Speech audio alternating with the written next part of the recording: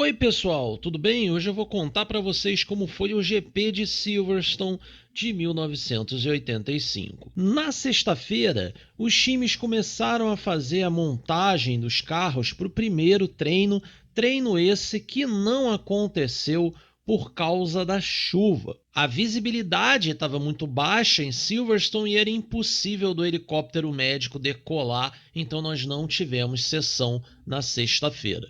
Conclusão da história.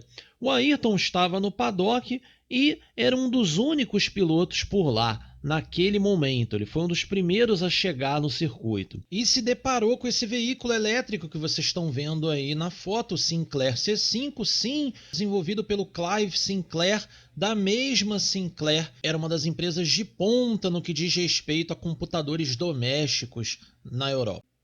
O Clive Sinclair, numa campanha de marketing, fez um trabalho junto com a Lotus ali em Silverstone. Conclusão da história foi que ele deu instruções para o Ayrton andou pelo paddock com o carrinho elétrico, inclusive parecia se divertir bastante. Quem não estava se divertindo era a imprensa, que simplesmente não tinha o que fazer, e o Ayrton dando sopa, óbvio que o assunto ia ser Hélio De Angelis. E aí o Ayrton, dessa vez sem o filtro da Lotus, Gerardo Carruge ou Peter Warr ou qualquer um da Lotus por perto, o Ayrton então responde ao Hélio De Angelis dizendo, abre aspas, isso não me incomodou em momento algum, eu faço o meu trabalho e ele fala o que ele quiser. Não estou nem ligando. E também não estou preocupado com o campeonato, pois eu sempre tenho planos para a próxima corrida, o que absorve toda a minha concentração. Ou seja, o que o Ayrton quer dizer aí é que essa vantagem do Hélio, ele está deixando bem claro que não está correndo pelo campeonato, pensa numa corrida de cada vez e corre para vencer, não corre para somar pontos.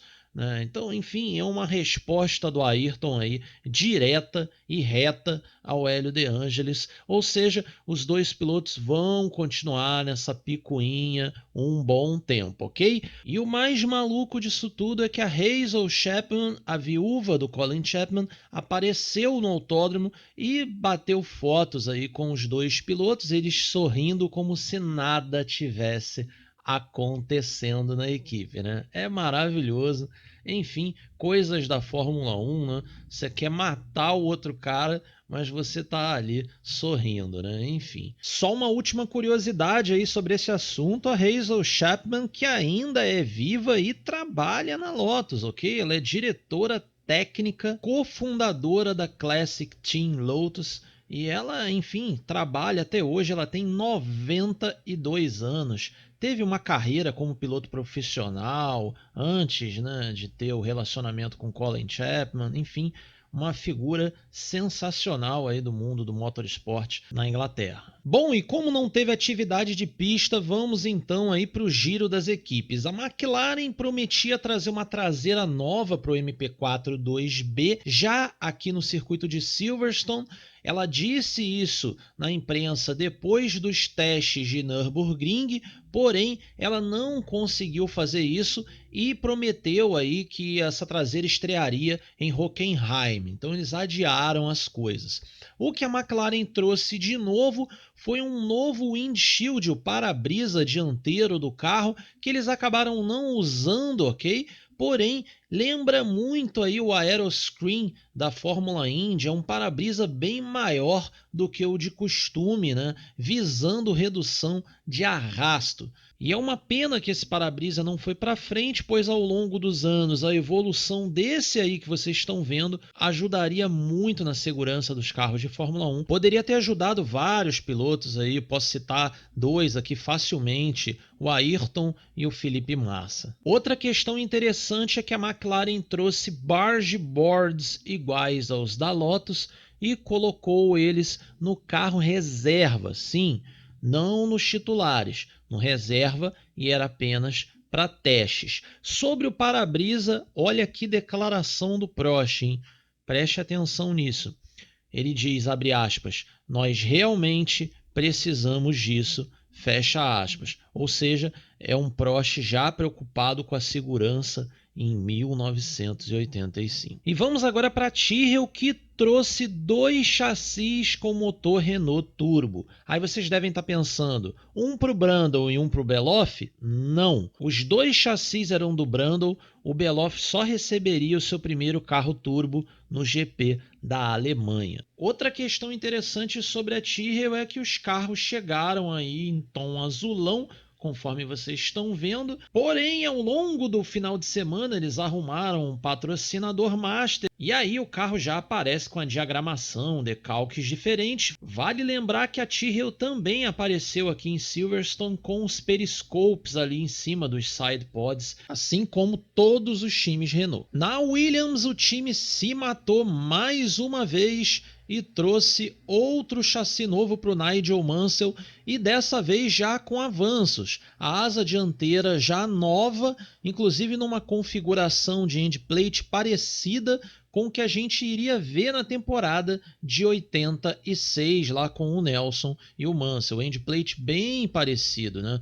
Então, enfim, a Williams trazendo novidades. O Patrick Camus fala em novo Air Scoop no carro, porém eu sinceramente não vi isso, ok?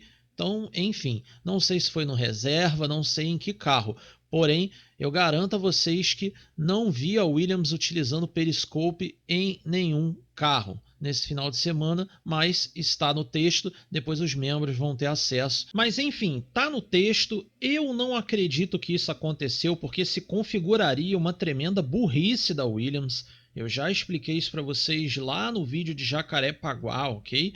Eles utilizaram periscopes por lá, porém com a exaustão dos radiadores para cima do sidepod, bem antes ali da admissão dos turbos. Ou seja, eles estavam coletando ar quente e em baixa pressão e colocando isso tudo para dentro do compressor da turbina, ok? O que só aumenta a temperatura da turbina, sobrecarrega os intercoolers, enfim, eu já expliquei isso tudo no GP do Brasil. Mas é aquilo, tá no texto, se vocês tiverem fotos disso daí, falem pra gente aqui nos comentários, porque eu vou adorar ver que solução que ela arrumou, né?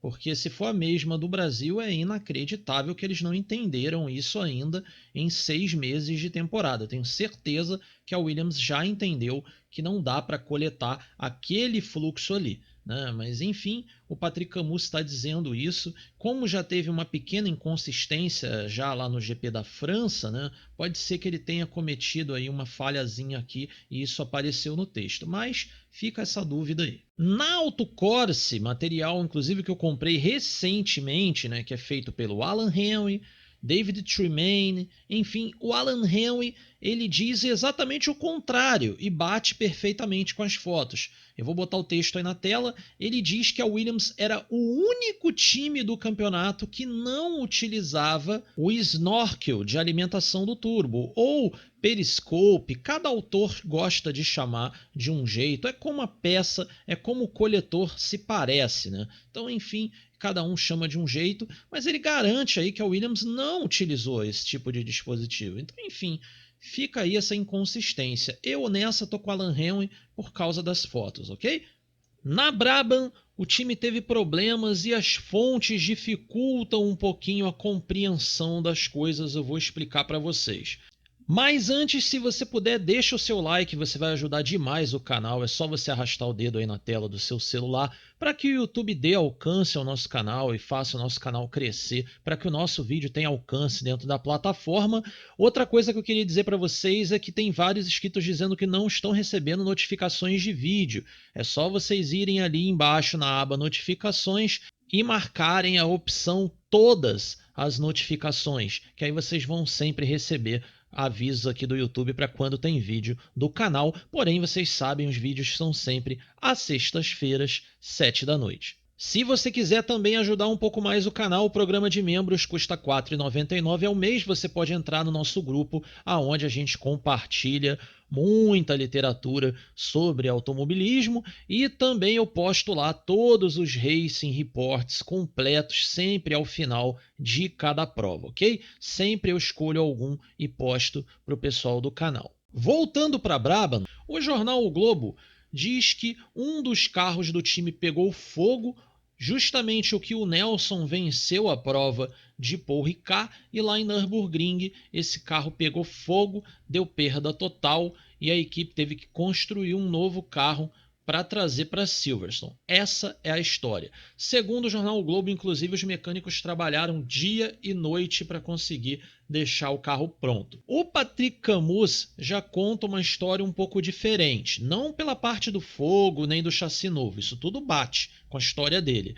O que ele diz foi que o Mark Surer teve um acidente com esse carro e aí sim ele veio a pegar fogo depois do acidente. E o Globo não dá essa informação. Então, a gente consegue, unindo aí os dois textos, montar o cenário aí do que realmente aconteceu, né? Então, o Mark Surer teve o acidente, pegou fogo, a equipe trabalhou exaustivamente para trazer um novo chassi e guardem esta informação, porque no próximo vídeo, onde nós vamos abordar a sexta, principalmente o sábado, vocês vão ver que o bicho vai pegar dentro da Brabham, o Nelson vai botar para quebrar, ok? Vai ser feia a coisa na Brabham, coisa assim que eu nunca vi. O Nelson estourar na imprensa e extremamente furioso como ele ficou na sexta-feira. Mas isso aí é uma outra história, eu vou trazer para vocês no vídeo que vem, quando a gente for trabalhar os treinos. Outra novidade da Brabham é que o time estreou um computador, segundo Patrick Camus, foi montado no nariz do carro, e esse computador tinha como objetivo fazer o registro de tudo que fosse possível quanto a informações do motor BMW. Então, ele registrava a temperatura da água, do óleo, pressão de combustível, pressão de turbo. O problema é que, segundo Patrick Camus, esse dispositivo só tinha baterias para funcionar por 30 minutos, ou seja, ele não tinha autonomia para trabalhar uma corrida inteira. Cansada de perder chassis a cada acidente, quase indo à falência, a Ren, segundo Patrick Camus, trabalhou no carro do Wilkenrock com um novo composto de fibra de carbono, ou seja, a disposição das fibras foi modificada de maneira a reforçar o carro. O carro do Alliot não tinha modificações, era o mesmo do GP da França. Na Lotus, o time trouxe pela primeira vez os periscopes para a alimentação dos turbos na temporada de 1985. Ela também diminuiu um pouco os barge boards na frente do carro e, segundo Patrick Camus, ela utilizou end plates menores do que o normal na asa traseira. No mais, não houveram modificações. Uma coisa que foi percebida pelo Alan Henry, ele coloca no review da Autocross, foi que só o Hélio De Angelis utilizou aquelas pequenas asas ali na frente do pneu traseiro. O Ayrton optou por não utilizar esse dispositivo durante o GP de Silverstone. Na Renault, agora, o Derek Warwick recebeu o carro RE60B no seu GP local e a única modificação que os dois carros sofreram foi a introdução dos periscopes para alimentação dos turbos, ou seja, todos os carros Renault tinham agora o mesmo sistema. Na Arrows, o reporte é que o Dave Wass, que é o engenheiro aerodinâmico do time, sumiu durante um tempão da temporada, segundo Patrick Camus,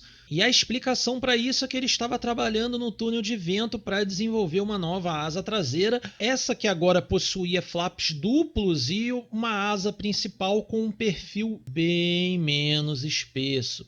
É uma asa agora bem mais próxima do que a gente via nos outros carros, provavelmente visando a redução de arrasto, porque a asa da Arrows até Mônaco, se você serrasse ela no meio e fosse checar o perfil, a asa principal parecia uma asa de jumbo, né? Era um negócio realmente pesado, diferenciado, era uma asa com perfil enorme. E agora já é possível ver aí que o perfil diminuiu bastante. Na Alfa Romeo, os rumores na imprensa foram de que a Alfa traria os carros de 84 com motores de 85 para correr em Silverstone.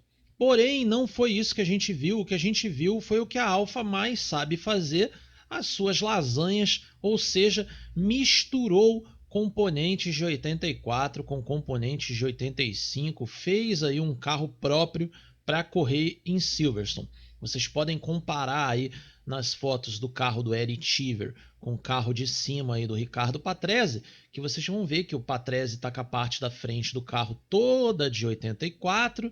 Vocês podem ver também que a parte de cima, aonde fica o Santo Antônio, também é toda de 84, porém, vocês podem ver que abaixo disso a tampa do motor é de 85, os sidepods são de 85, já com periscopes que estrearam lá em Paul Ricard, ou seja, o carro ele é um misturadão aí de 84 e 85.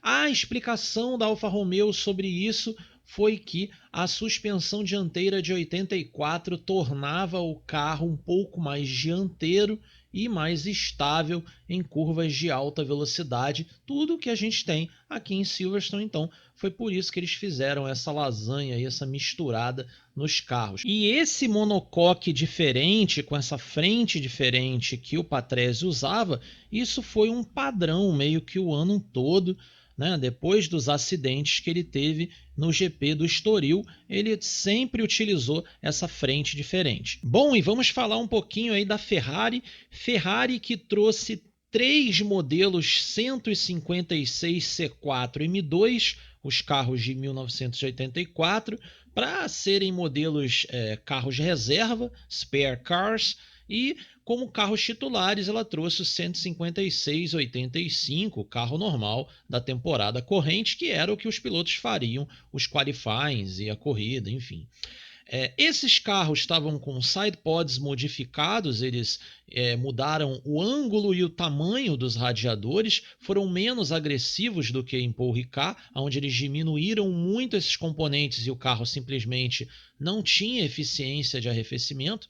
Eles modificaram também os intercoolers, trouxeram intercoolers novos. A asa traseira foi modificada também para Silverstone, uma asa traseira um pouco menor do que a que eles estavam utilizando em outras provas do campeonato. E a asa dianteira, que oscilava bastante no ano de 85, ora era enflechada, ora era a asa reta. Em várias provas eles utilizaram essa asa com a parte da frente enflechada. Bom, e vamos finalizar o giro aí nos dois últimos times. A Minardi recebeu permissão da Ferrari para utilizar a pista de Fiorano. E aí vocês vão se perguntar aí, mas por que disso? Existem pistas na Europa inteira, por que utilizar Fiorano? Só na Itália tem um monte delas, então enfim, por que isso? Bom, a explicação do Patrick Camus é que a Ferrari iria ceder uma injeção do tipo semi-eletrônica ou mecânico-eletrônica feita por ela, Ferrari, em parceria com a Lucas. Sim, a Ferrari ia ceder essas injeções e não as injeções eletrônicas da Weber que ela, Ferrari, utilizava, né? Então, infelizmente, isso acontecia na Fórmula 1, os vetos aconteciam o tempo todo, e no caso das injeções eletrônicas da Weber, com esse regulamento de combustível que ano a ano ficava mais restritivo, eu já falei isso aqui no canal, é uma punição praticamente, né? Isso gerou um calvário para times como Ozella, Alfa Romeo, Minardi, enfim, era uma extrema dificuldade você não ter uma injeção eletrônica de qualidade para pôr nos carros, né? Enquanto outros times tinham injeções próprias, enfim, os times Renault tinham injeções desenvolvidas pela própria Renault, a McLaren tinha injeções da Bosch, enfim, vários times tinham injeções bem avançadas, enquanto os times italianos ali tinham que utilizar ainda injeções eletromecânicas, semi-eletrônicas, enfim, é uma pena, ok? Uma pena, mas é o que acontecia. Eu achei um pouco de covardia da Ferrari fazer isso com os times menores italianos, e a explicação da Ferrari era aquela que eu disse a vocês lá no início do ano: iremos ceder isso para vocês quando estivermos satisfeitos com isso, fecha aspas. Essa era a resposta sempre oficial da Ferrari sobre as injeções eletrônicas da Weber Marelli. Ainda sobre injeções, isso também foi tema do reporte da Zakspeed, que trouxe injeções 100% eletrônicas da Bosch finalmente para utilizar no seu carro. Porém, o Jonathan Palmer andou com esse sistema, eles estavam muito animados, achando que iam ter um ganho de performance e eficiência de combustível, porém Após poucas voltas, o Jonathan Palmer volta para os boxes extremamente chateado, pedindo para voltar para o sistema antigo, porque falhava demais o sistema, ele não era confiável, ou seja, o piloto ficou extremamente desapontado, o time também. Eles tiveram que voltar para os sistemas eletromecânicos. Bom, pessoal, então foi isso. Eu quero deixar o meu agradecimento aos membros do canal e, enquanto isso, eu vou deixar duas sugestões de vídeos para você. Uma é a vitória do Nelson no GP da França, vitória fantástica. Se você não viu, veja, o vídeo tá bem bacana. E a outra sugestão é para quem gosta desse giro técnico nas equipes, o giro lá do GP da França em Paul Ricard foi bem bacana também, ok? Então, vou deixar essas duas sugestões na tela. Quero agradecer os membros enquanto isso e a gente se vê na semana que vem, sexta-feira, 7 da noite, com os classificatórios e o warm-up do GP de Silverstone de 1985, onde vai ter um quebra-quebra dentro da Brabham bem interessante, ok? Fora do convencional. Mas é isso então, a gente se vê sexta-feira que vem, 7 da noite.